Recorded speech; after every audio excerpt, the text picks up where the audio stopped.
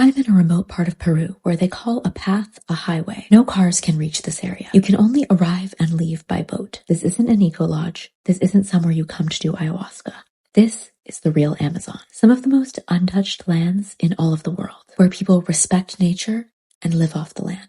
I'm here to learn and live the Matses people's way of life for 1 week. It's nothing compared to a lifetime, but sadly, the way of life for the Maloka, a small family of Matses living traditionally, is at threat of being lost. Come with me, step by step, inch by inch, log by log, and hurdle by hurdle, as I navigate my way through 50 kilometers of jungle by foot. This is by far the hardest thing I've ever done, but for the Matses who I would follow, this is merely daily life. Come with me to survive 7 days with an isolated Amazonian tribe. We just got picked up by a random guy who was screaming Jade and then Dilara. So we hope we're in the right place. The reason why this is incorrect is because my name is Chloe, but it's Chloe Jade, so obviously in Spanish that would be Jade. It's just hoping that we were meeting the right guy. Because we made it to Iquitos. It's considered the portal to the Amazon of Peru. Although I really expected it to be a lot warmer, but we were absolutely freezing while we were on this motofogo. Our first stop was to head to the market area. This is where we would meet up with Jose. He's the one with all of the connections. When I think of the Amazon, I think of amazing fruit. However, apparently all of this fruit is grown on plantations. A bit more to that later. We're here to pick some lunch. There was a lot of fish, there was some alligator, and a few other types of bushmeat. I was not really hungry for any type of fish right now, so I decided on some fruit. This fruit is known as the butter of the Amazon. It has basically no pulp on it, so thin around the whole thing. First of all, please excuse our appearance. We were very tired. Second, this is called umari. It's known as the vegetable butter of the jungle. But it's rich. I should point out at this point that I did not tell Dilara what we would be doing, so she was completely in the dark right before our brief. We call it crazy ants because they don't bite. Yeah, This is obviously when the reality set in. Packed all of our stuff into one bag. So we have one big backpack and we're going to actually have somebody help carry it. So we don't have to trek with it. We point out what is potentially obvious. We're not trekkers, so we were nervous. As we started riding back in the motofogo, So let's hold on to our backpack. we were on our way to the bus station. Jose knew that we only ate fish and no meat, so he brought a bunch of fish that he had frozen. And we were struggling to get all of our stuff accepted into the hold of the bus, but we made it on the bus. It was a 1.5 hour ride. And we were not even close to starting the trek. So our gateway to the Amazon, the road ends here. Our second mode of transportation is a boat. Speedboat, at least. Or so we thought. Now, I knew it wasn't taking off yet, so I waited a few minutes. And then I saw the boat loading up, and I was like, oop, this is not a good idea. And lo and behold, we got stuck in the very back. And this was kind of a problem.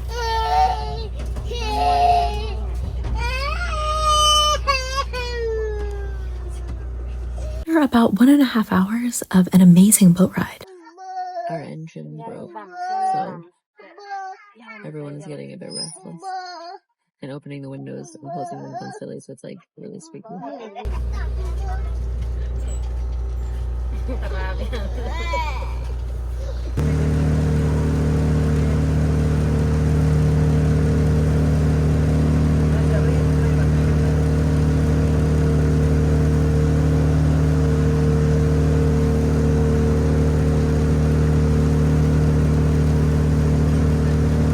Boat was actually about $34 US dollars per person, so they included a meal, and we tried to eat it. We don't eat chicken, so we did not eat that chicken, but we tried to eat all other aspects of the meal, and it was food.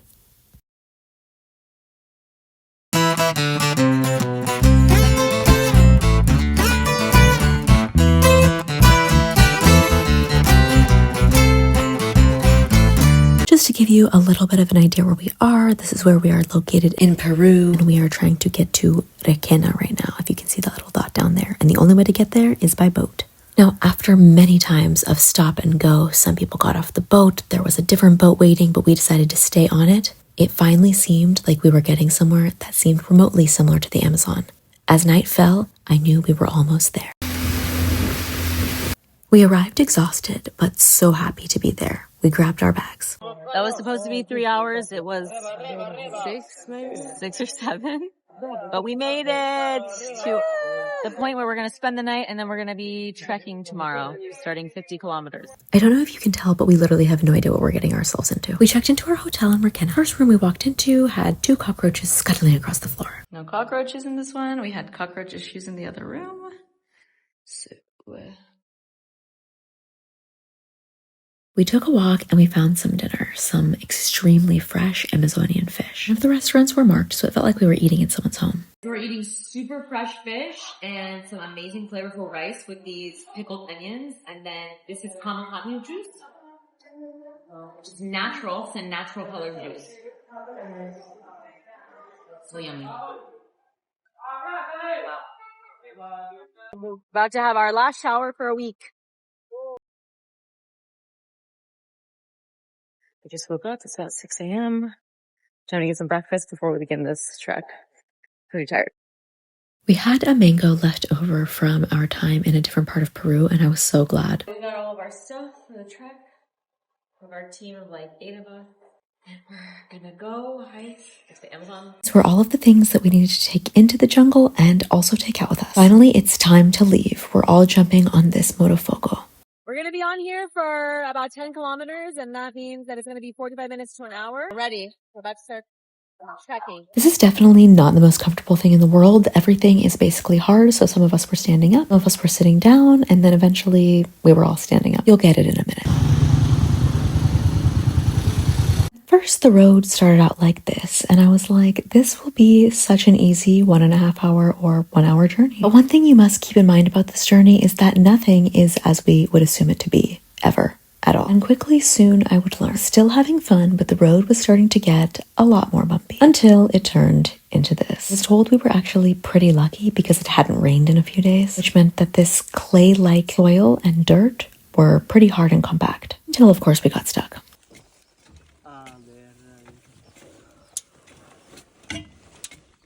Pretty much over and over again. We'd go for a little bit, we'd get stuck, we'd have to get off, all the guys would push. It was really just a cycle and we got used to it, so it took a lot longer than we thought it was going to take us.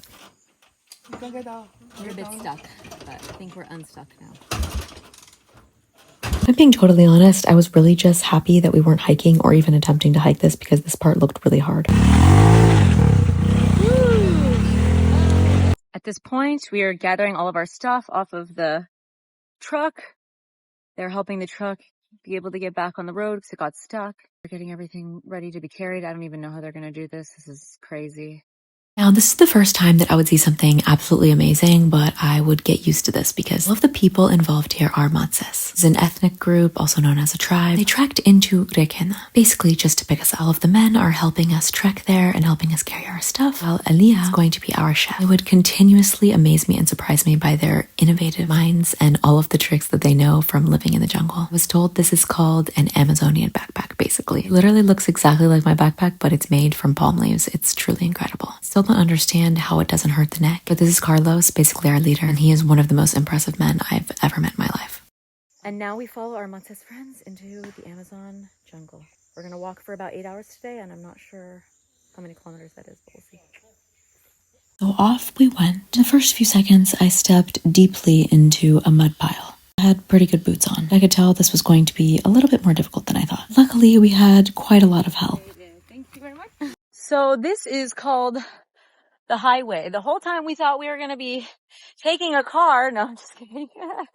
But we're walking on the highway. I had to admire the scenery though. It was absolutely beautiful, although the path a bit small. Then we saw jaguar prints and this humongous spider web, which was a bit concerning. Oh, fuck. Ready? I should also mention that Dilara is afraid of heights, but I think she's doing pretty well, and there's no going back now. Stopped to take a look at these leaf cutter ants carrying these humongous leaves. It reminded me of It's a Bug's Life. Suddenly we came to a big clearing. I was told that all of these trees had been burned, put in some type of plantation, either cows or tropical fruit. I'm slowly fading. It is 1 p.m., so that means it's only been 3 hours. We haven't stopped though at all. Meanwhile, Carlos is literally running across tree branches. At this point, I actually started feeling really, really sick, and I was doing everything that I could just to feel a little bit better. Lots of deep breaths. Made it to our resting place. Holy shit. In hindsight, we definitely should have taken a break way sooner because I was starting to get heat stroke and a migraine. For some reason, this always happens to me on hikes, and I passed out because we still had a few hours to go, but it was time to eat. Meanwhile, everybody else was up and making food. This is some Amazon river water that they were boiling to get ready to cook with. Our team is absolutely amazing because they're obviously tracking with us, many of them carrying items and still able to totally function. Leah was making food while I was literally passed out, but I am so thankful for her because wow, this food was so good. Some egg and fish and avocado and a little bit of salad with rice. But of course, we had to trek on and I was not doing very well, so luckily I was getting a lot of help. Antonio is another amazing elder from the Matses community. He could literally walk over these branches like they were absolutely nothing, and I have pretty good balance, but he's just on a whole other level and he was so caring. And I was barely alive. No, seriously, immediately when we got to where we were planning to stay for the night, I threw up all of my lunch. Meanwhile, Carlos and Antonio took their machetes and started doing something incredible. They began building a shelter from just the items that they found around them. Green trees and leaves. I'm gonna put some music on now and you can just watch the masterful beauty and the skill that these men have.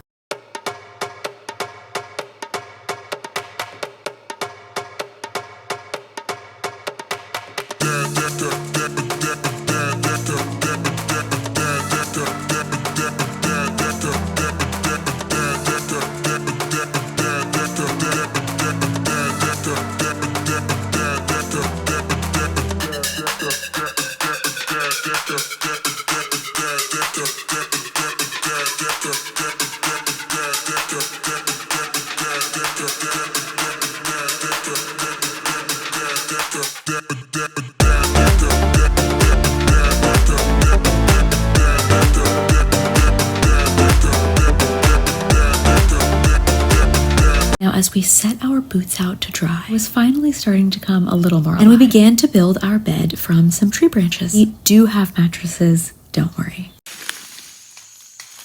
All good? Pretty sick. Just from heat. Happens to me usually when I hike, to be honest. Somehow I continue to do these things. Fire was lit to keep the mosquitoes away, and Elia made some coffee. Or Dilara, not me, because I cannot drink coffee and then sleep. And we planned for an early night. We got really scared because there was a really big spider, so now we're like this big, but now there was 2 of them, and now we're in this.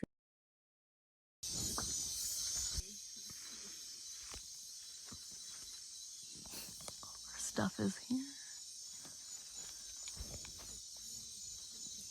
Did I hear some of this? A buzzing?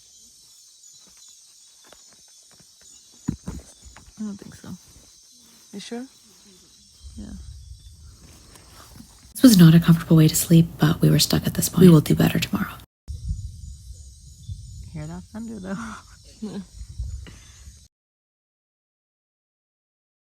Day 2, we're having some coffee. We had a crazy infestation of termites. All of our bags and my shoe. So they were literally already building a nest. It was pretty crazy. So we woke up to that. That was a little scary. Let's start the day. Now, we believe that these were termites. 1, because we could see the actual termite little bodies. 2, because Jose said they were termites. And 3, because they began building a nest all through the bag and on my shoe. This was not a good time. Good morning. Show where we slept yesterday. So this was the old wood we think was already infested with termites, and so that's why this happened. But it was like way more intense. Oh my god. And this is where we slept. God. Okay, it's good to have these long sleeves for real. And our shirts are so wet. They're so wet. It's crazy. Messy. Start walking. I got attacked up there. Not sure what it is. But oh well. All of a sudden, we saw howler monkeys. They were so cute, jumping through the trees, making tons of noise. It was an amazing experience. We said we were going to stop in 2 hours. We haven't done that. Not sure what's going on, but we're just going to keep pushing. If you can't tell, this was getting tough. Every so often, I tried to look around at the beautiful nature around me. The dirt below my feet, the trail up ahead, and the incredible canopy of the Amazon above me. Yeah.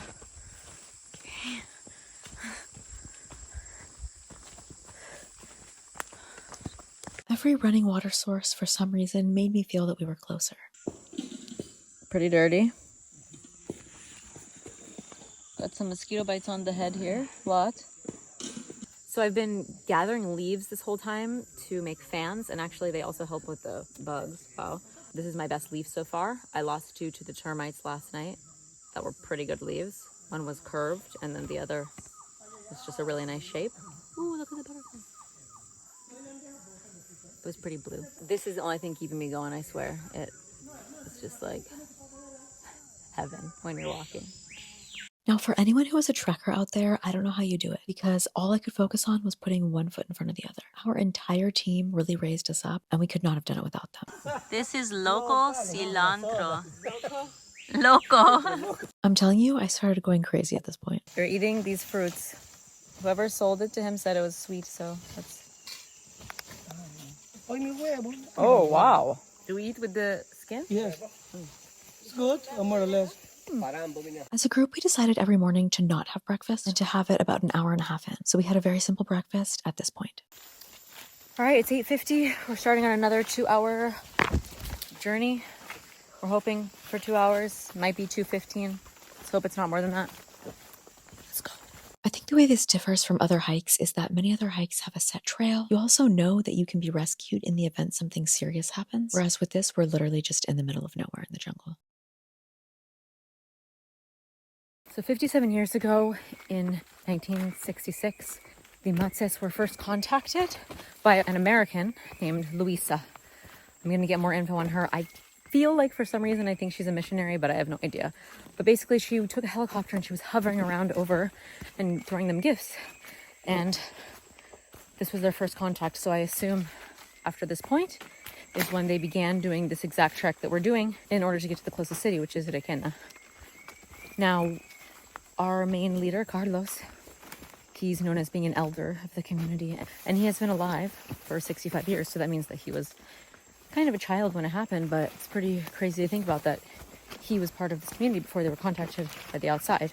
Now, is it good that they were contacted? I don't know, but they celebrate it every year. It's a big holiday for them. It's called Contacto de Matses, and it's a big deal.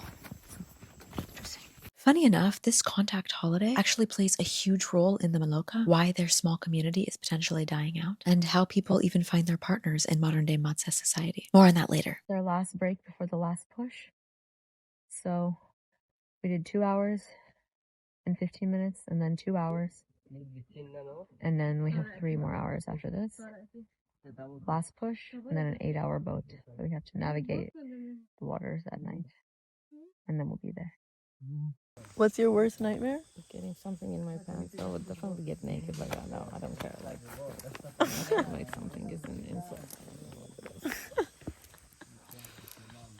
You can tell we are out of it. We are so tired. However, Carlos is still picking up wood. Leah is still making food. Obviously, they've been paid to help us on this trek, but I just find them all super incredible and all with a smile on their face.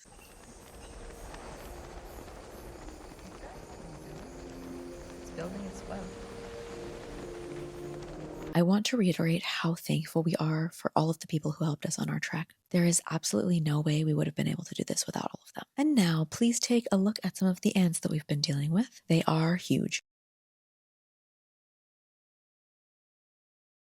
The reality of the Amazon is that there are a lot of bugs. So that's why I have this too. I'm like swatting away all of these bugs.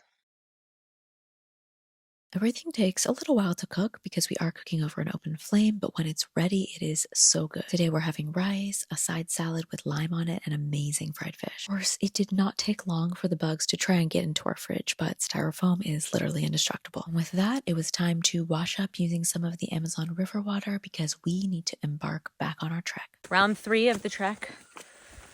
We're hoping it's only going to be 3 hours. 3 hours? More or less. More or less, because this is like the worst part. Over here are the the heel, like for example, this trunk that we take us time. Great, that is what every single person wants to hear when they're trekking. It's been an hour and 20 into this. It's getting hotter, more humid. We're at our last rest stop before the push. Trying to find other people of our group.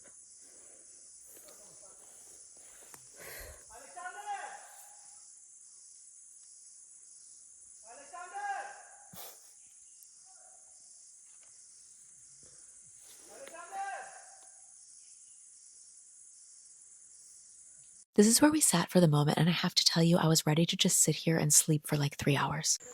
We see more light in the trees. We're almost there. Almost there. I could feel it. I could feel the warmth, which meant there was less trees and it was about to lead way to something else. Every step was hard and we helped each other over every single obstacle, but I also had the hope we were almost there. We were told that we made it. However, I knew we needed to get on a canoe at this point, so I wasn't sure. We made it. Now we're waiting for our boat. It's going to be 8 hours on the boat.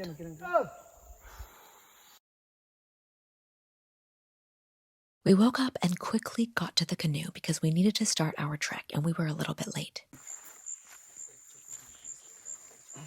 You will sit here, yeah? Both together. Okay. Please don't touch anything This way? to the borders, yes.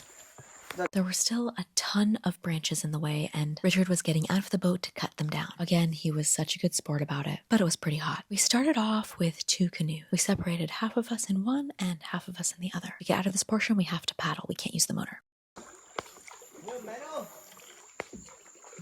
The calm portion. Can finally appreciate the beauty. Floating through the Amazon on a canoe was so relaxing. Of course, we had to turn on the motor at some point.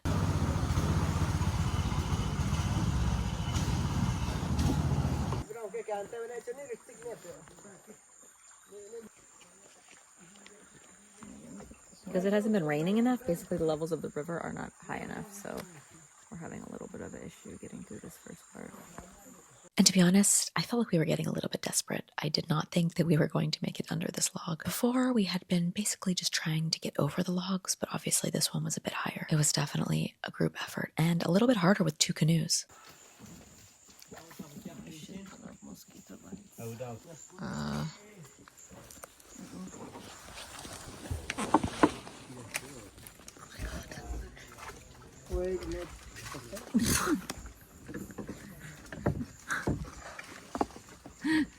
Oh god, I'm here in the dirt.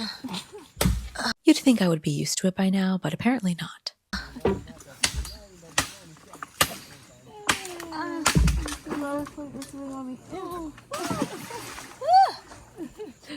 I'm supposed to be the easy part. We're literally fighting for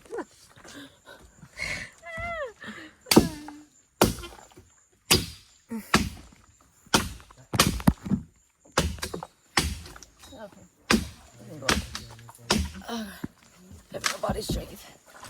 Okay. candy. We're officially loaded up, and this will be our spot for the next 8 hours. Just left. Now at this point, we were comfortable. We had lots of leg room. We were chilling. The sun was not out, so it wasn't hot at all. It seemed like this would be a piece of cake. And then the other motor on the other canoe seemed to stop working. We could tell this was going to be a problem. So because the other boat broke, we are all going to have to get in this smaller boat. Oh my god. We said Didi looks like an elderly tourist. She's making shibe behind us. So it's yucca flower. My baby fish, man. You just add water to it and then eat it. Spoon to spoon. I want to clarify that I'm laughing because somehow Didi has become the expert on this dish. Where was I when this was being explained? Everybody started passing this around and sharing it. What I thought was really cool was that each person would take it and dunk it a little bit in the river. They would take that water and they would continue to eat it until it was all gone. How liberating it is to be able to just live off the land like that and have all of this water completely at your disposal to drink and use whenever you need. I found it really beautiful in a way that people can really connect with nature, obviously, if they've been raised drinking that water. We've run into a bit of a snag. It's taken us like 3 hours to get out of this area that should not be taking 3 hours.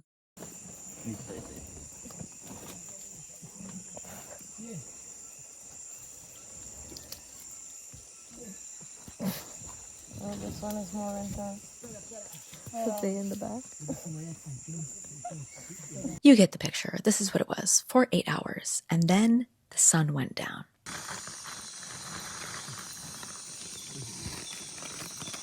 This was a little bit scary. Not only were we told that there are crocodiles in the water, but there are electric eels, piranhas, and at the same time we were flying over obstacles that we had no idea where they would be existing. Everything that you saw before, we were still handling and dealing with in the middle of the night. Plus, the temperatures felt as though they were getting down to freezing, and we were super wet, soaked from all of our sweat during the day, plus we smelled absolutely terrible. Sorry if that's a TMI. We did see one tapir, which was a huge animal. The Matses people eat literally everything that they can hunt that's in the forest, so I was really glad that they did not have their guns with them because we were told otherwise they would have been hunting any animal that they could find, and for me, that would be a little bit traumatizing. However, I completely respect their right to hunt and exist because that is the way that they live. Okay, but we finally arrived.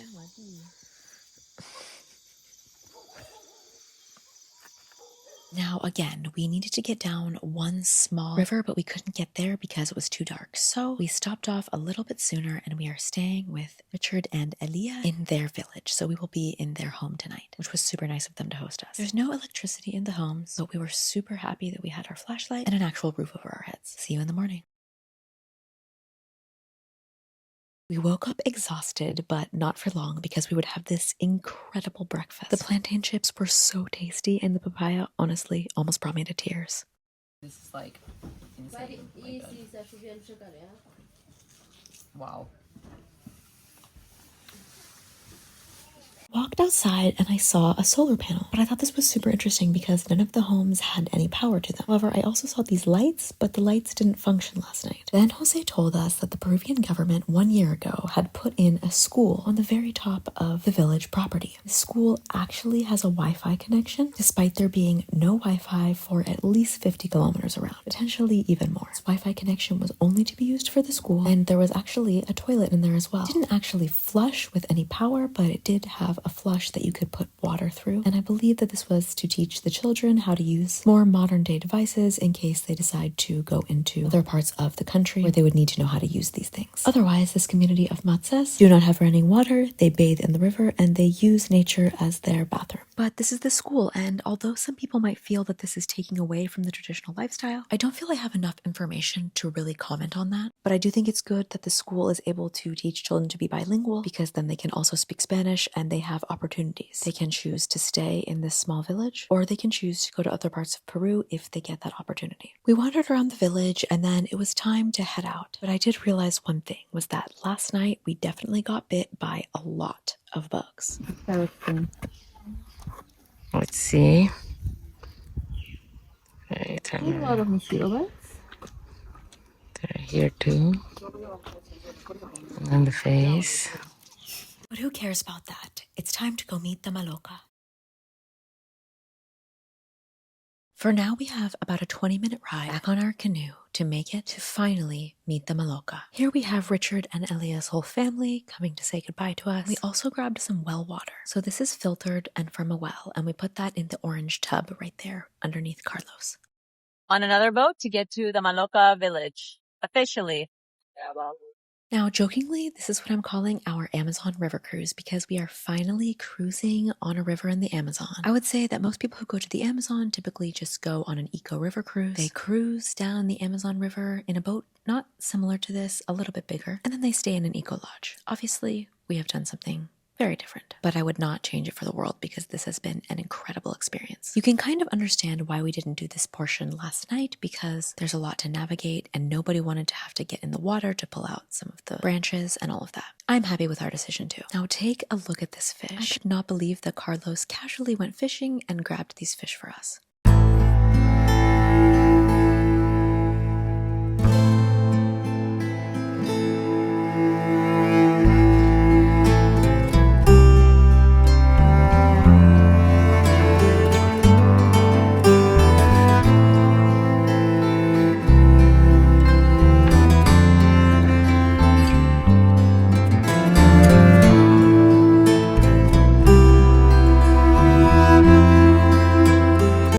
think about how much we take for granted just being able to take a ferry across the river in New York or to jump on a subway. I mean, it's amazing that this is the roadway to get from one village to the next.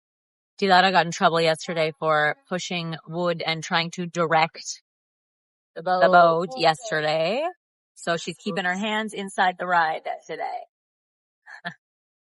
As soon as our canoe hit the shores, I was so excited to be here, and I think everyone was. And we walked to the village. It had been quite a journey. This was the moment that we walked up and we introduced ourselves to everyone. But this is where I stopped filming. After introductions, we got some lime to put on all of our mosquito bites because we were extremely itchy. Aaliyah also started preparing some lunch for us, and I was just admiring the beautiful papaya and the yummy fish that Carlos had caught. But after meeting and having some conversations, it was finally time to go inside the Maloko home. We admired their handicrafts, all of the beautifully done work, and I was told that these were made from a palm tree and seeds. It's just so impressive what humans can do if we have the right knowledge. Now I'm going to have a whisker put into my nose, and then I'm also going to get painted.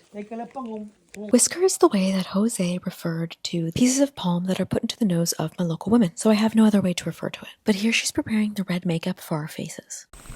Okay, I'm taking out my nose piercing because I'm going to get a whisker put into my nose piercing. Now, even though we couldn't communicate with each other at this point and the translator had kind of just walked off, this was one of my favorite moments. We had just arrived, and there is something just so pure about sharing makeup with another woman, and especially one like this that is very traditional, and you could tell that she really enjoyed putting it on me. She was doing it with such care, and it made me feel really beautiful and welcomed. I found that traditions like this and makeup transcend any language, any culture.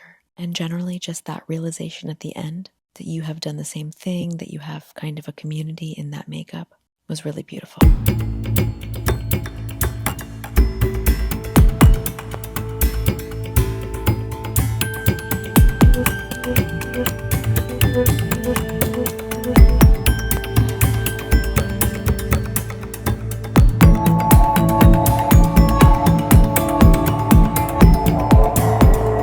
And this was the moment where we really connected. She looked very pleased with her work. And she attempted to put the nose piercing in my nose, but I decided to do it myself just because I felt like it was a better idea and a little bit easier for me to put it in my own nose. This look, this is definitely the seal of approval. Let me know what you think in the comments. Would you put this on your face, or would you put whisker through your own nose piercing if you have one?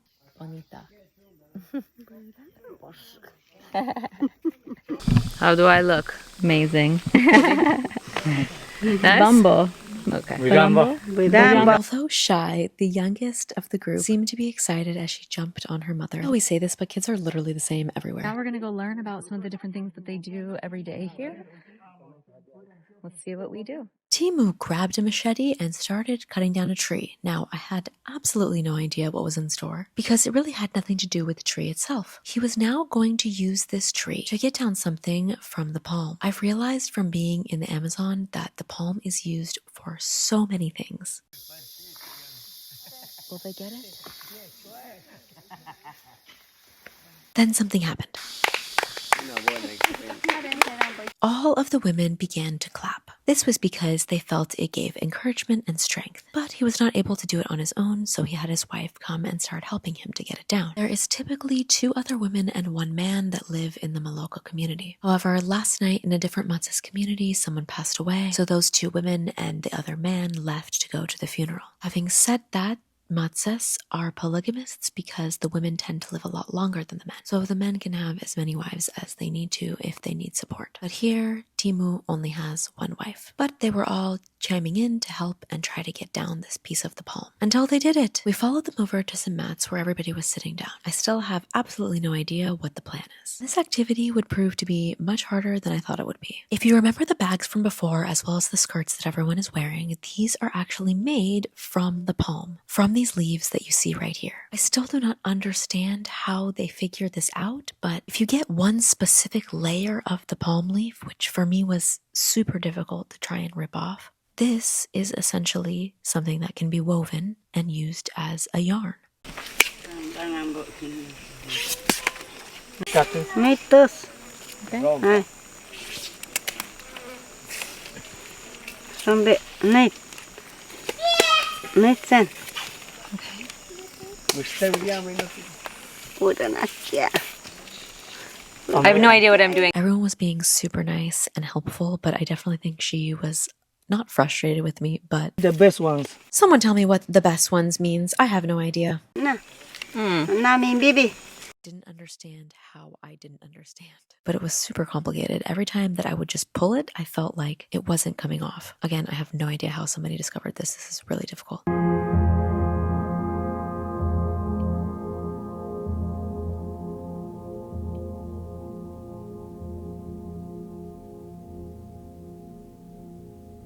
Quick. Hai, hai, kiam buan. Hai. Terus lagi lagi. Terus. You leave? Oh, pull off. Okay. If you can see, this is what a bunch of the fabrics look like together. I definitely did not do as good of a job as the other women, but I was pretty proud of myself after a little bit. And it was a very soothing activity, actually. I loved that we were all just sitting around together, and I assume they normally chat a little bit more while doing this activity. But this was our final product. Well, not my final product, but the elderly woman's final product. You can tell how nice they are compared to the ones that I did. So we're gonna go do some laundry right now in the river. Gonna wash all of our dirty stuff from the hike. I could not stand the thought of putting on my extremely smelly and sweaty clothes from the days before. So we made our way down to the river, and it was time to try and wash all of our clothes. However, it seemed like a storm was coming, so we needed to go fast. The water looked a bit brown from the mud kind of being stirred up in these areas, but we figured it would smell pretty good and be better than nothing. I can't even explain the stench of these clothes. I never thought that I could smell this bad in my entire life. Clothes smell horrible. Well, we were able to wash our clothes, but now the rain was coming, so instead of hanging it outside, we decided that we needed to hang our clothes underneath the shelter. And then we heard something. Monkeys. Although they sounded close, I guess they weren't. Lucky for us, it was time for lunch. We still had a few of the fillets left, which is the fish that we brought with us from Morgana. But it was fading, and we had to salt it a lot the night before. We have rice, really salty filet, lentils, plantains, and salad. Even though the fish was super salty and a little bit old, it was still very tasty. Banana juice. Chapo. Basically, it's mashed bananas or plantains, Amazon river water, and sugar. I gazed up and I saw a termite's nest above our heads. They had planned to sleep kind of under the shelter, but we had to figure that out later. Now we're gonna learn how they make animal traps. They use bow and arrow. They also use animal traps as well, and they used those before because meat is a huge part of their diet.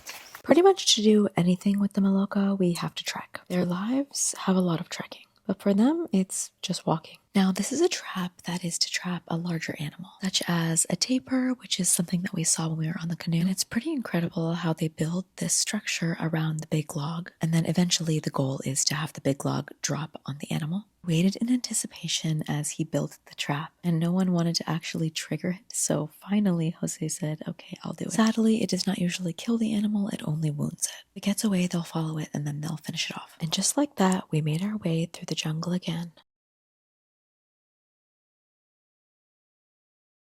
But now it was time for us to see a different method of fishing. Everyone started taking their roles, cutting down trees where necessary, grabbing items. But then everyone began to dig. We were told that they were looking for a specific root. It was mind-blowing because how did they even know where to find this root? The tree looked the same exact way that every other tree around it looked like. But that was the beauty of the Matsas. They know every plant, animal, and root that lives in the jungle. Oh.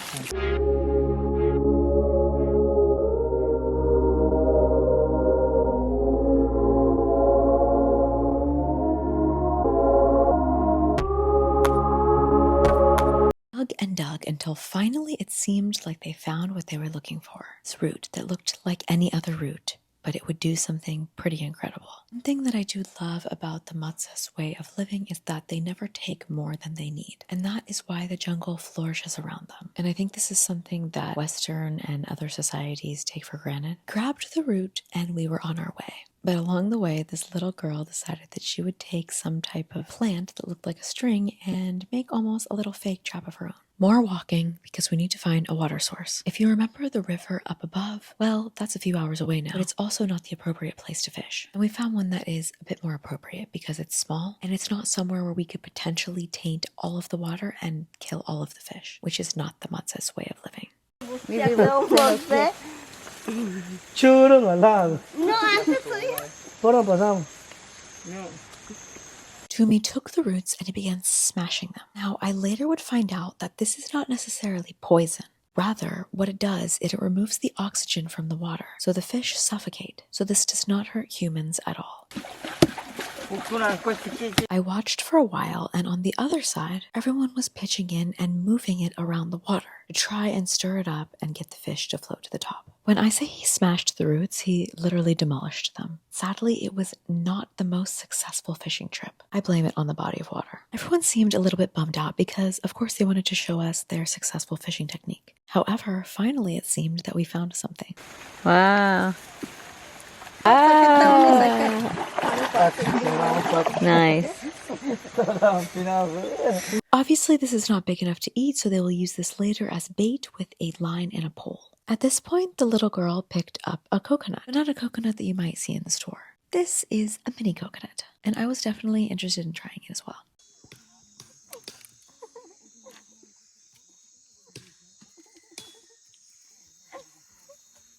You can drink the water just like a normal coconut, and you can eat the pulp too.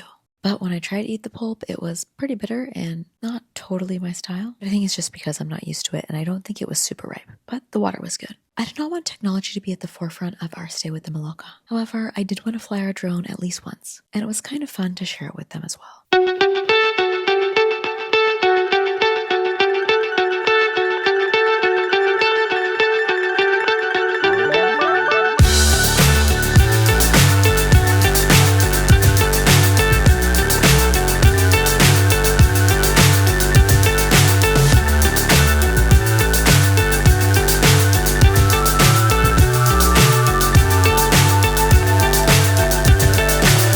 So high I'm hypnotized. What's up is down, what's left is right. Chasing stars and holding you. I can't see the end, but we'll see it through.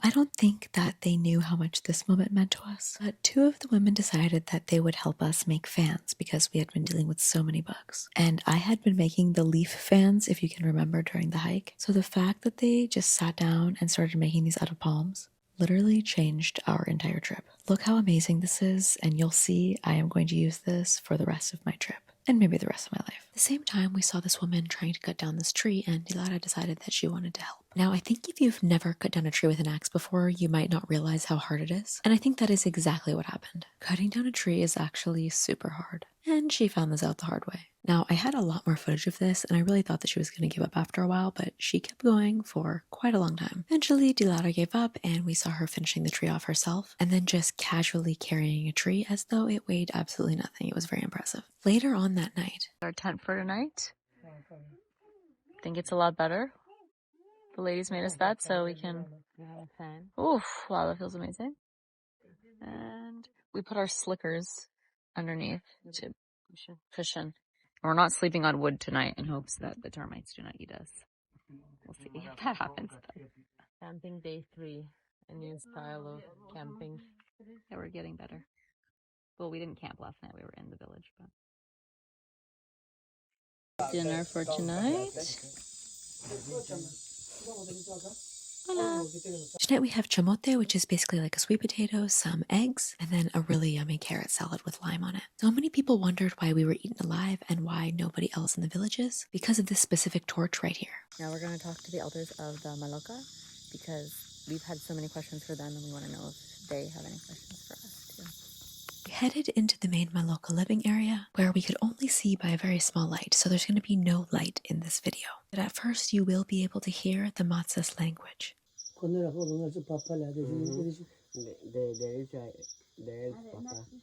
¿Cuántos años más o menos? At first, we're told a story about how Tumi got his tattoos on his face. If you can remember, they kind of resemble a smile that is drawn to his ears, but also along the mustache line. He tells us that he got these tattoos when he was 16 years old, and that he tried sapo, also known as gumbo in their community, at the age of 10 for the first time. This is the poisonous frog that we've spoken about. He said he was very happy that he tried it, and he has continued to do it his entire life. He also told us that he remembered when there was tons of people that were living inside this dwelling. Now there are only 8 or 10, but back then there were maybe 50. The woman next to me, one of the older women, volunteered a story about how she remembers when she used to walk naked with her husband, and it was only until they met the other matzas, who had already been contacted, that they began to wear some types of clothing. But they said they were not upset that they were wearing clothing. They said that they like it. Our next question was a little bit different, but it's one that so many women have also asked me. We were wondering what they do when they are on their menstrual cycle. They don't have any types of pads or tampons, so what was the option for them?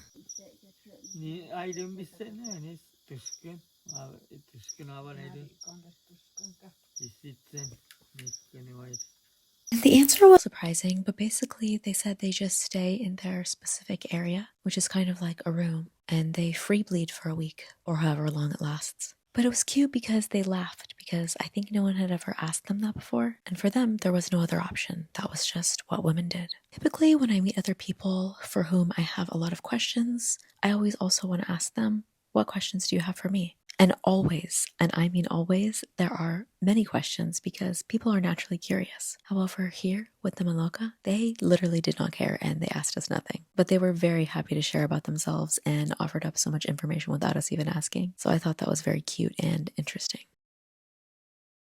We woke up to a lot of bites. This is crazy.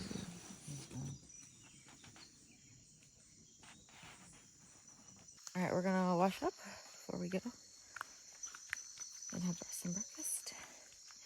Hardest thing about this is definitely natural bodily things of humans. But I guess people that camp know that. We made our way down to the water and realized that this was the last time that we would be doing this before we left.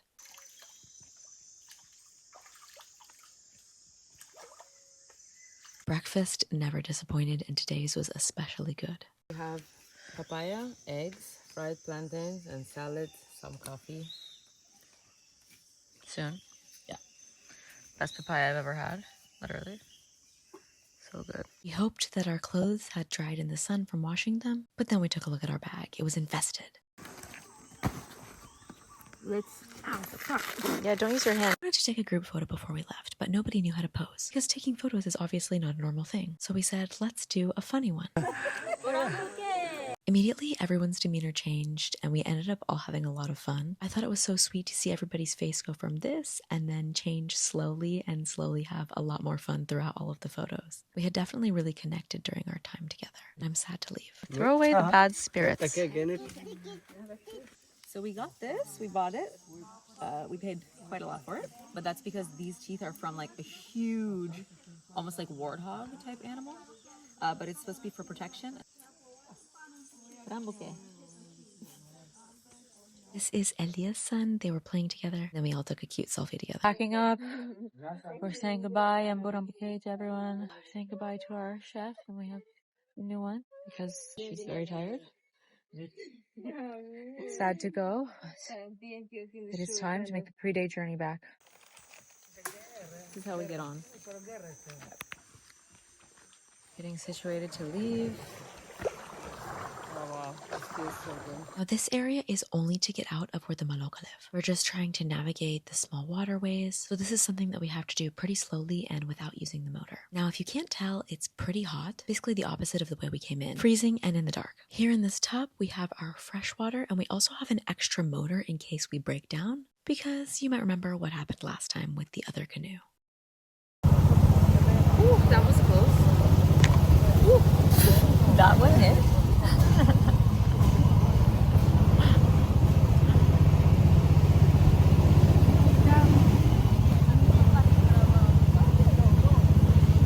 Now I'm just taking some of the fresh water and I'm putting it in our water bottle so we can drink it on the way. But you have to listen to these birds.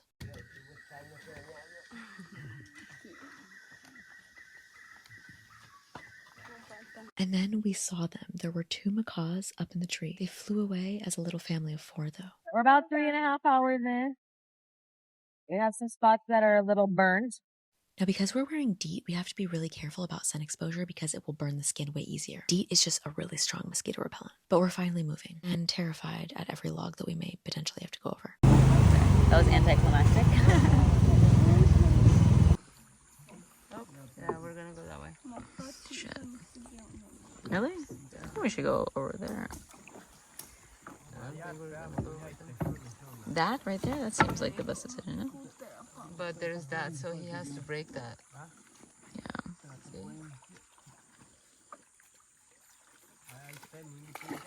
Voicing our opinions, but nobody's actually asking us our opinion, so we're just talking about it amongst ourselves. Being backseat drivers, per usual. Now, although the distance is far, this is taking us much longer because of all of these trees in the middle of the way. I'm not really sure why they have fallen. I was told it's potentially erosion, but also animals. And this is normal, however, the water levels should be higher, which would help the trees to decompose faster.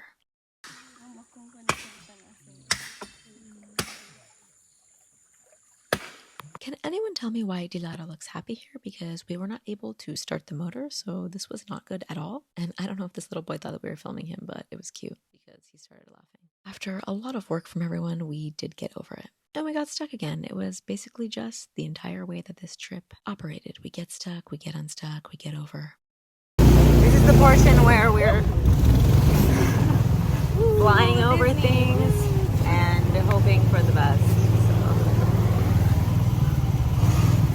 To be honest, if you're kind of a control freak like both of us, it's hard to just sit there and not help and not do anything. But we trusted them and just wanted to let them do their thing. We asked to get out. They said no. Would it not have been easier without us in the boat?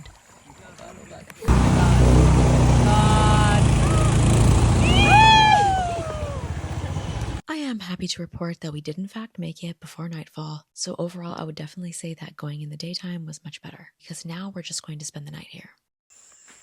Hiking up this now to get to where we're going to sleep for the night. Base camp, as they like to call it.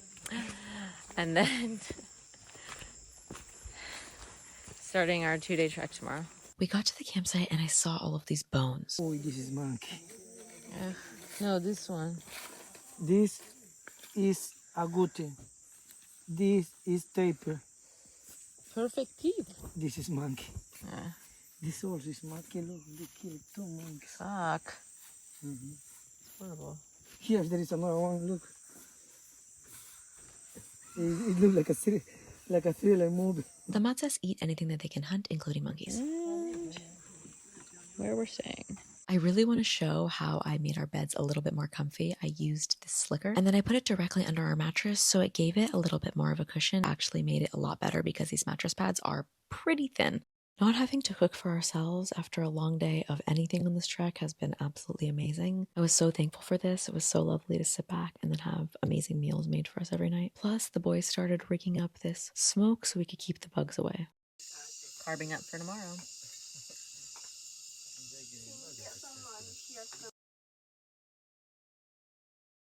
We just woke up. We're getting ready. Unpacking. It's time to go. 6:48. We're a bit late starting our first day hiking, so let's get to it. Immediately we came across these beetles mating, and I guess this is super rare, and it was pretty crazy looking. Now we're about an hour in. Breakfast time. Right next to an anthill. Drinking chapo.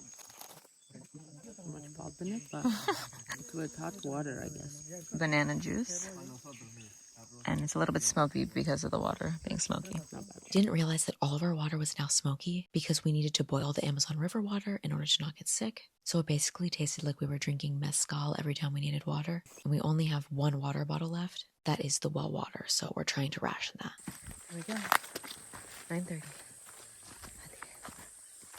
All of a sudden, I couldn't believe it, but we saw more howler monkeys. They were so cute, and they were jumping around right in front of us. It was amazing to see them. They were pretty big, too. Again, I wish I got better footage, but I'm happy I got to see it with my own eyes. They keep telling us 30 more minutes. 30 more minutes. I'm not sure if we're going slow or they're trying to get faster, but we're literally dying. Oh, God. Oh, my God, finally. We're having lunch. Jose gave us some lime to put on our bites to supposedly ease the itching. I'm not sure how well it did though. About to have some piranha and another Amazonian fish.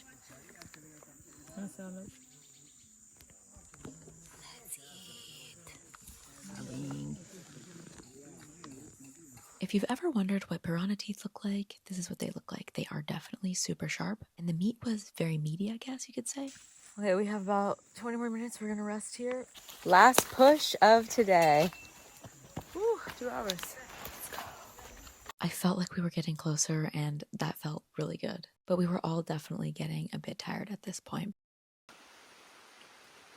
It's raining now, which is not the best because for the last portion of our journey, we need the bikes to come back and get us. And we may have to walk an extra like 5 kilometers or something because of it, but makes it cooler. It was raining a lot, so we had to put on our slippers. But we think we're about 20 minutes from our camp for tonight. So we're happy about that. Truly amazing, even though we are literally dying. We're here. We're not here. When I thought that we had not arrived yet, I was almost very upset. But then I was so relieved to find that we had arrived. Oh, I can't believe it. We're here. Oh my God. So we're chilling here while we make our camp.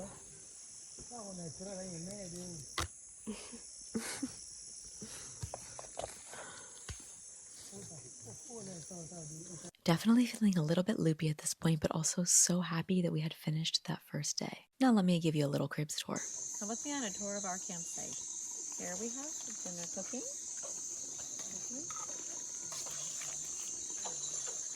We have some luggage storage, and then if you come in through here, you can see both of the beds.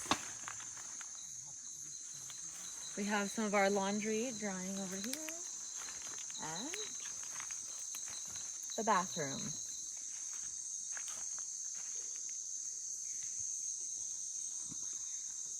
We now were embracing fire dramatically because this is really how you keep those bugs away from you. So we basically just sat in front of the smoke, which kept away most of the bugs, and it is so impressive that they actually have this one specific type of wood or sticks bundled together, and this keeps them away better than any other type of fire. Amazing dinner.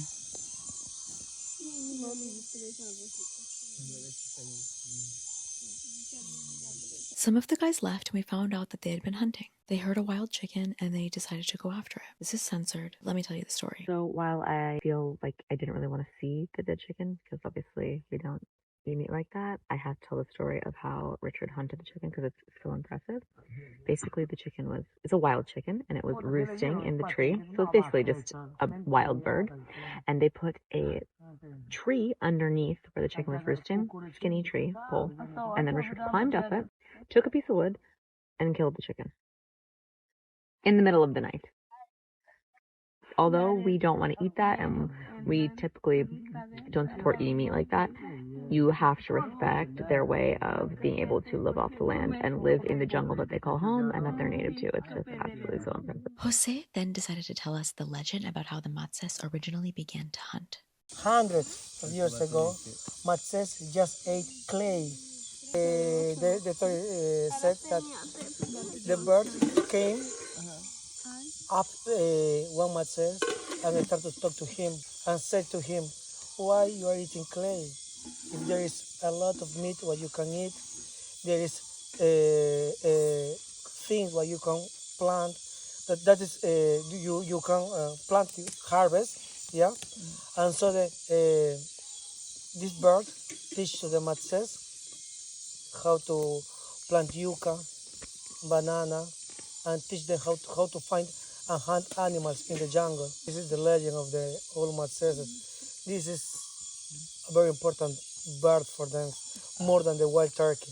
Wild turkey is bigger, but this is part of their legends. I do find it very impressive that the Matses are able to just hear a sound of an animal that they know is something that they could eat and utilize. go off, get that animal, bring it back, and have somebody else prepare it just like that with basically no modern utensils, aside from this pot, of course. And like I said, I do not partake in eating these things, but I can still admire and respect that this is the way that they live. And I would hope that any other vegan or vegetarian people watching would feel the same way, because this is not something that would be similar to commercial farming. So I think it's really important to have respect for the culture.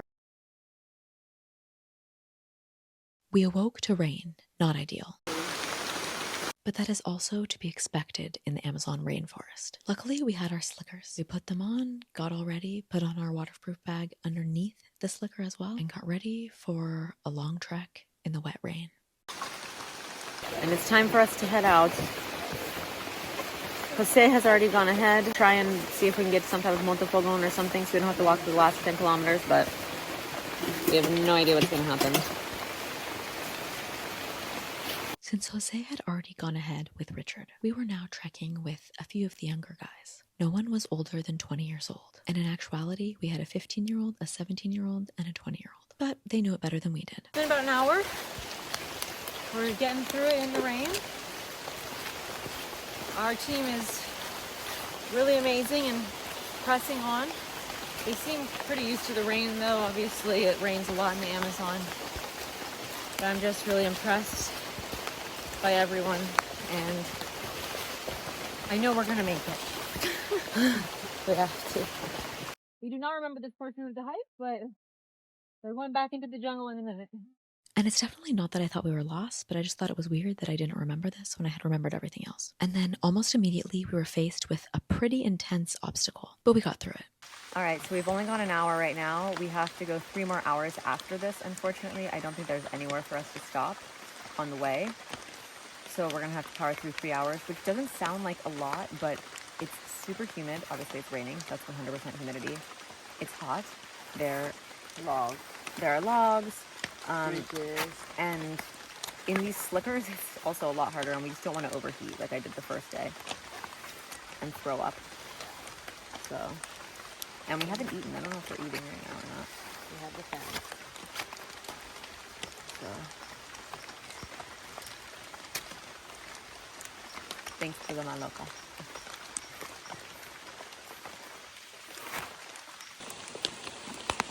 We're having breakfast, we're having crackers, and we're having some canned tuna and onions. We're gonna power through this last 3 hours. Directly after lunch, we were faced with something even more difficult. With this, we were really balancing, holding on to the sticks that had been placed the last time we came across this area on the way there. It was definitely a big group effort because it was something that required a lot of balance, and of course, no one wanted to get hurt at this portion in the trek. We're resting here on these logs for a bit. And have a snack. Let me just say it was a completely different vibe hiking with these kids than it was hiking with the elders, but to be honest, it was a lot of fun. And they all obviously knew what we were to expect, but we had no idea. This is where we got dropped off the first time, but it can't make it this far now, so we may have to walk 10 or more kilometers now. It's a huge bummer. It's like hours and hours. Now we're basically skiing down this hill on the clay. It looks like you could make something with this clay. It's so beautiful and rich. Look at that. So rich. Changes too. Look at this. Look at this. Amazing. Totally different color from up there to here. Until suddenly... We see Richard up ahead. No idea if that means there's a car or not, though. Harder with these heavy boots. Heavy because all the stuff that's caked on them. Oh. Richard said 30 minutes. Hard time. Yeah, 30 minutes. So let's do it. Apparently this would take them 15. We're here at the 7-kilometer marker, but no one is to be found. Where's Jose? Where's Jose? Jose! Okay, this is bad because there's a humongous hill coming up. Oh no. Oh, I see someone. Where the fuck is the motofogo? Jose!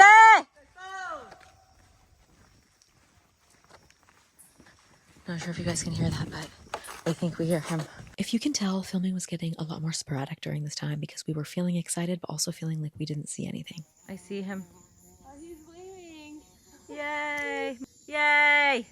We made it! Woo. We can see it in the distance. Oh. Woo! Woohoo! Sí. Gracias a todos. Vamos. I really cannot believe we made it. This is insane.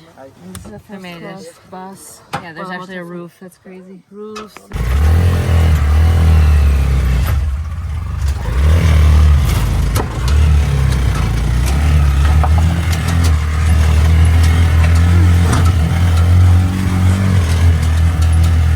Obviously, we still had a few challenges left for us, but as we started seeing more homes and more houses along the way, it felt that we were getting further and further away from everything we just did.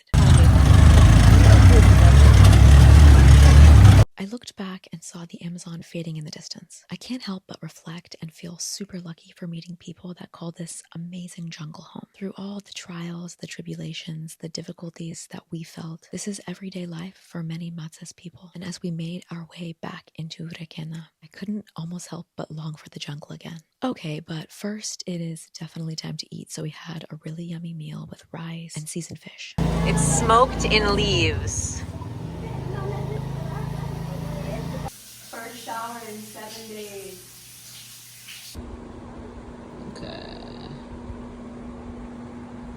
It's pretty crazy to see what a number the jungle did to our legs. A lot of people were wondering, how do the Matses and the Maloka not get bit? Now, there are definitely some issues with mosquitoes, and I do know that malaria is an issue in this part of the world, but I do feel the Matses know how to use smoke very effectively, which we only learned towards the very end of our stay with them. We had one final meeting with everybody to express our gratitude. We were all tired, and I imagined that they were so much more tired than we were. I am so grateful for everyone that went with us on this trip and helped us accomplish this amazing task.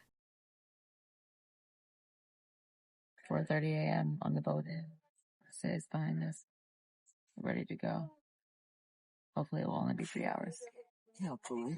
It was very early. The sun had not come out yet. We were exhausted, but also pretty excited that we had accomplished this because apparently everybody was betting that we were not going to make it the first way. So I was glad to have proved everyone wrong. I have one more bag. Give me a break, I had just woken up, but we were definitely getting closer. And if you can remember, the last time we took this boat, it took us 8 hours instead of 3, so I was feeling good that we were getting closer, and so far, we had not had.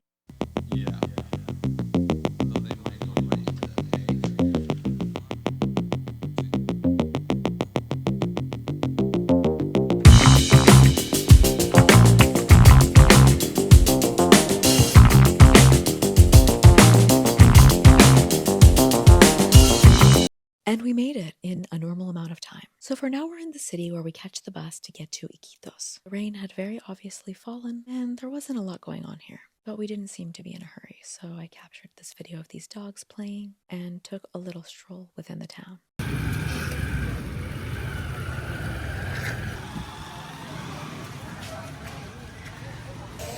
On our way to the bus.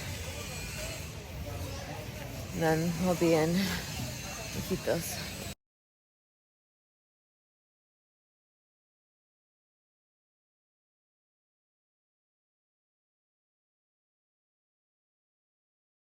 Of course, immediately it was basically chaos. We were scrambling to try to find a seat, but that's just the fun of these type of bus situations. Unfortunately, we couldn't find seats next to each other, but funny enough, the woman next to me offered her seat. However, there was a chicken in the back, so we did not end up taking that seat from her, but it was very sweet for her to offer. In the end, we made it back to Iquitos. Fresh espresso. Cheers to the Amazon. What an amazing trip.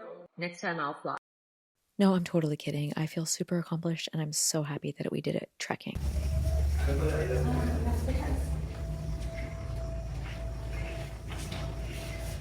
Things are pretty heavy because they're all wet. On our way to the airport. Time to say goodbye to Peru almost. But, and this is a big but, why would I ever think that we would make it without any type of hiccup? A little bit of power couple.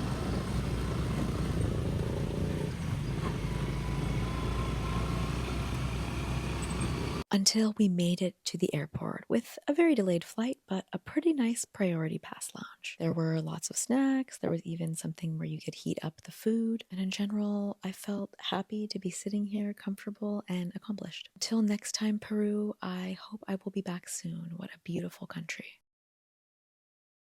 Welcome to the Q&A portion of my video, 7 Days with an Isolated Tribe in the Amazon.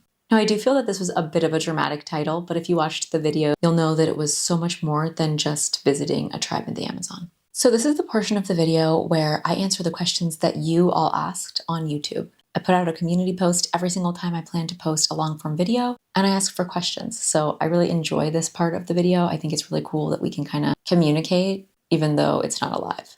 And thank you everyone for your questions. I really appreciate it. It makes the video so much better. Let's start with the first question.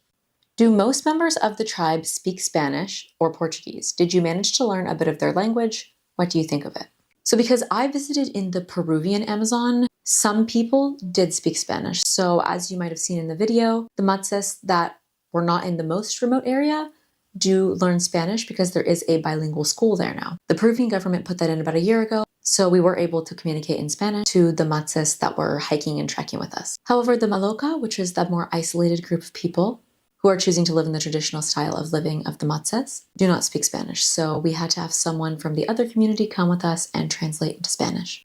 I definitely learned a few things. Buramboke is a word or a phrase that's used often. So it means good, hello, goodbye. But when something good would happen, they would say buramboke. Burambo, I believe, is good because burambo was something that was used in front of other words as well. I would not say it was long enough for us to learn a lot of their language, but that is definitely something we used a lot. But I think that it goes a long way being able to use body language and communicating with your hands. We are all humans. Babies understand things before they understand words. So I think that as adults, we can do the same thing. So while I didn't always know what everyone was saying to me, I could try and figure things out. And obviously we also had a translator who helped with that. Could you tell if they seem more or less stressed than Americans? I imagine having less access to medical care, maybe consistent food and shelter, would be very difficult, but maybe their way of life or community makes up for it. This is an interesting question. I personally think that in general, people who have less modern technology and less automatic knowledge about everything that's going on in the world at all times are always going to be less stressed. Obviously, for people who are in a famine or a situation where food is not accessible, I think that's a totally different situation. But because the Maloca and the Matses in general have so much access to food around them, and they're extremely capable hunters, I think that that's a non-issue.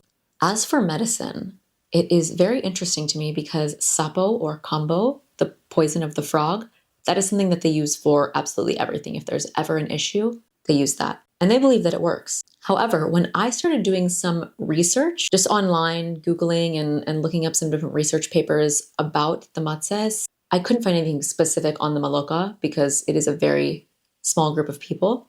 But there is some information on the Matses, and it's interesting because the Peruvian government believes that they are struggling. They need access to medical care. They need this. They put in the school for them. But when you speak to the people, it doesn't seem like people feel they're living in poverty or that they're living in a struggle. The Maloca specifically choose to live in a traditional style. They know what is available for them outside of their small community, and they're choosing to live that way. Additionally, the other Matses that we met hike into Requena, and they have the ability to leave if they really want to. Now, I know that's not always possible for everyone, and obviously I'm fully speculating, but everyone I met seemed to be pretty happy and pretty competent with their way of life. So I definitely think it is kind of a modern, almost Western ideology to assume that everybody who lives without advanced medicine or in a more rural area is unhappy or unwell. Is the tribe separated by gender? Where are the Matses men? And what do the tribe's traditional family structures look like? Is it patriarchal, matriarchal, etc.? Do they often get visitors from other places like you, not just their neighbors? What are some activities that they simply do for fun? I think I did mention this in the video, but normally there is another man in the Maloca small community, and it's just happened that other husbands have passed away, And then I believe there have been some sons that left to get married and live in a different lifestyle. The reason that the Maloka may potentially die out in the next 30 years or so is basically because people know that there is another lifestyle available. It's not the easiest lifestyle. You know, you have to go hunt for everything. You have to survive every single day. And while those women and men decide to live that way and are very respected for that as well, it doesn't mean that their children want to when they see what else is out there. They're not totally cut off from society. As I mentioned, there were 2 women and another man who left for a funeral. I'm not sure exactly where they went, but I believe they went to a community that is more similar to where Richard and Elia lived, that first housing area that we stayed in the first night before we went to the Maloka. So no, it is not separated by gender. There are just less men there, I believe because men die sooner. The structure of their family lives, though, is polygamist, essentially. They are allowed to have multiple wives, but it's more because the men die off, so they take on the responsibility of caring for other women. So I would say overall it is a patriarchal society, even though women are given a lot of respect as well. The men do the hunting. The women prepare the food. Women do the weaving, or the men are out there always hunting, doing the physical things, which is maybe why they die sooner, just because they're exhausting their adrenal glands. I have no idea. As for getting outside visitors, it's not super common. The last time that Jose did the actual hike in was 5 years ago. However, I know that he recently took people, I think in 2020, but he has another group that is planning to come. Because you can fly upstream and then take a longer canoe ride to get there. So there are other options, but this is why we chose not to do the plane ride. First off, the plane does not fly if there's even a chance of rain. Second, it's through the Air Force. Third, it used to be a different company that would fly, and they no longer operate. And then finally, you can only have a certain amount of weight. So it's like 300 kgs or something, which is pretty low. It's just a whole other situation. It's also $1,800 each way. I chose the hiking option. And in the end, I'm glad I did it. Honestly, after the first day, we were like, we are taking the plane back because that was so intense. But after we got used to it, no longer had heat stroke, kind of became more aware of drinking a lot of water and pacing ourselves, things got a lot better. And again, I'm very glad that I ended up doing it because I think that is more real in a way. This is the same trail that the other matzes have to take in to get to Requena, so why would I not do that? I almost feel like I should earn my right to visit their home if this is the path that they also have to take. Why should I be able to just fly in and say, hey, I'm here? You know, it just doesn't feel right to me. But I would say they get visitors every couple years, maybe a little more often. I'm not 100% sure. This is just what I remember from speaking with Jose. But they've met other people. And obviously they were asked way before if they were comfortable with us coming. They said yes, there was negotiations, and Jose deals with all of that. He's known them for over 15 years now. It's handled with a lot of respect. And it's not just people flying in from another country being like, hi, we brought you some fish hooks. Can we hang out with you? It's not like that. It would be totally weird and disrespectful. It's a cultural exchange that is agreed upon beforehand, and we were welcomed to stay with them in their home. Almost like couch surfing. And what do they do for fun? I honestly am not totally sure because we asked about instruments, and apparently they only have songs and instruments and things when they're going hunting. So I thought that was interesting. I just feel like they hang out a lot. They get everything done that they need to do in the morning. They relax, they talk, they tell stories. It's a simple life, but it's a calm life, and they have everything they need. And there could be more that I didn't get and that I don't know about. But that's what I got from my very short time with them. What's their immune system like? How do they care for their sick? How does their contact with the outside world affect their health?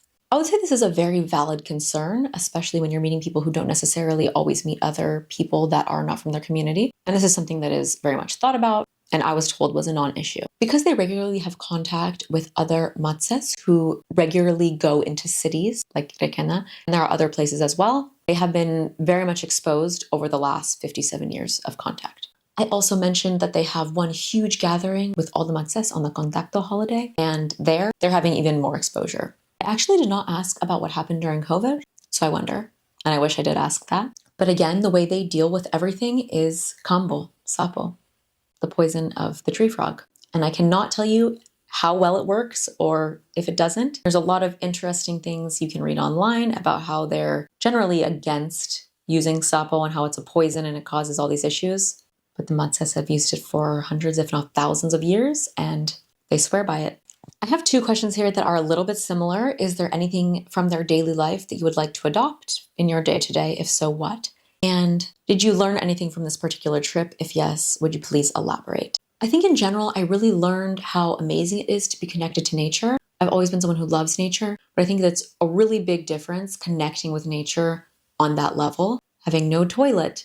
I mean, we even brought in different items like wipes or toilet paper, our mattress pads, a sheet for our tent, things like that. But that's not something that they even use. They use everything from nature. And I absolutely love that. I don't know if it's necessarily something that I can incorporate into my daily life, but it was super inspiring to be with people who are just completely in the natural state of being human. And in general, this trip makes me want to do more of things like this. I loved not having my phone. It was such a joy not to have my phone for a few days. And to be honest, I didn't love having to use my camera and having to film stuff because I love just being there and being in it. And I was able to put my phone down a lot, and I actually didn't use my camera that much, if you can tell the difference between camera and the phone videos. It was really eye-opening to how much I want to connect more with nature and be more in a natural state. And just learning that from them and seeing how comfortable they are with themselves and just existing, I thought it was really beautiful. Would they like to travel to get to know some other culture, or it's not interesting to them? This is funny because we actually asked them if they wanted to ask us some questions, because we felt we were asking them so many questions and we wanted to be respectful, because if we're asking you a bunch of questions, please feel free to also ask us questions. I didn't want it to come across as like, oh, being egotistical. Oh, we bet you have so many questions for us. It was more just like, let's give and take. However, when we asked this, they did not have any questions for us. They just gave us more stories about themselves.